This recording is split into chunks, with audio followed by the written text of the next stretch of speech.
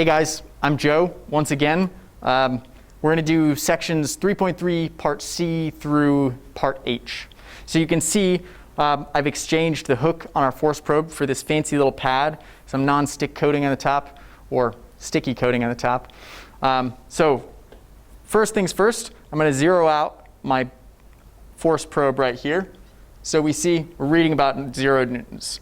Just like before, when we angle our probe, we're going to see some very small changes to the force based on the weight of that probe.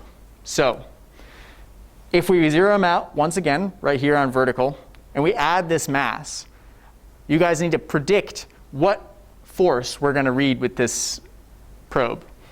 So I'll give you a second to do that. Pause the video right here, and then go write it down. OK, cool, you're back. So if we add our 200 grams here, we're going to see we're reading something about 1.92-ish newtons. If I apply some force with a finger up here, we see that our force that we're reading is changing pretty rapidly. So is this force the same exact force as the weight of this mass or not? What do you think?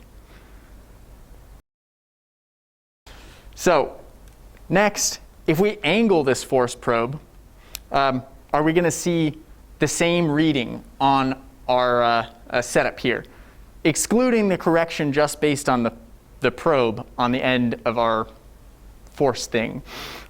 So if I angle him, I'm seeing that the force is changing pretty rapidly. So if I take a look here at about 45 degrees or so, I'm measuring something like 1.5 newtons. Now I come right back up to vertical. I'm seeing about the same weight that we were measuring before, 1.92-ish. The other way, once again, hit about 45 or so.